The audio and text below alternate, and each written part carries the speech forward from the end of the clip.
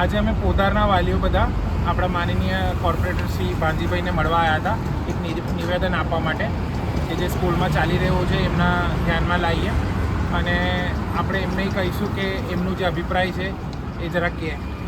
સાહેબ, આજ Podar world school જે સાણી ઉચ્ચ વિસ્તારમાં આવેલી છે એની અંદર વોર્ડ નંબર 2ના જે કાઉન્સિલર તરીકે મારા વિસ્તારના 50% વાલીઓના બાળકો ગઈકાલે અભ્યાસ કરી રહ્યા તો આજ વાલીઓ ફી વધારા માટે નાણાકીય ગરબડી માટે આજ મારા જો રજૂઆત કરવા આવેલા છે.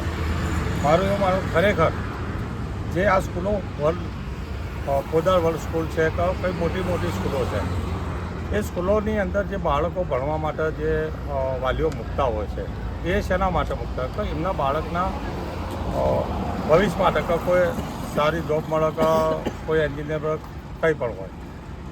તો મારું એવું માનવું છે કે આમ તો નગરપાલિકાની જે નગર પ્રાથમિક સ્કૂલો છે એ બી સારી છે પણ વાલીઓની અંદર એક આજ ક્રિએટ થઈ રહ્યો કે અમારે આ પોદાર સ્કૂલ છે કે અમારી આ સ્કૂલ છે કે આ સ્કૂલની અંદર બાળકોને ભણાવવા જોઈએ.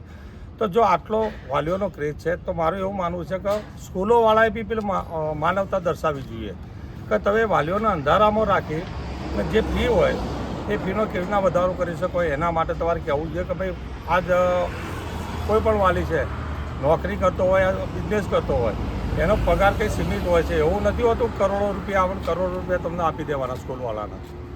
આજ બાળક તમારી સ્કૂલમાં ભણે છે તો બી એને ટ્યુશન તો જવું જ પડતું હોય છે તો ટ્યુશનનો બી ખર્ચો અલગ કરવાનો હોતો હોય છે. તો શેના માટે ગેરકાયદેસર ફીનો વધારો કરી શકે?